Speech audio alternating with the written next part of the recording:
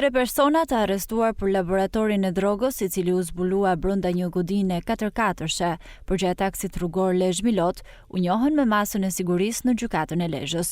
Në seancën gjyqësore të zhvilluar me dyert të mbyllura, e cila zgjati rreth 60 minuta, gjykata e cilësoi të ligjshme arrestimin e shtetasve AG 57 vjeç dhe AG 22 vjeç, Babebir, si autor të dyshuar të kësaj veprimtarie kriminale dhe vendosi masën e sigurisë arrest në burg, ndërsa për punonjësin e OSHE, shtetasin GD, u vendos masa e sigurisë arrest në shtëpi, për veprën penale shpërdorim detyre. Laboratori i drogës u zbulua mbrëmjen e së martës nga kontrolli ushtruar në katin e dytë të objektit, ku gjetën dhe u sekuestruan në cilësinë e provës materiale 8.8 kg lëndë dyshuar narkotike kanabis e thar,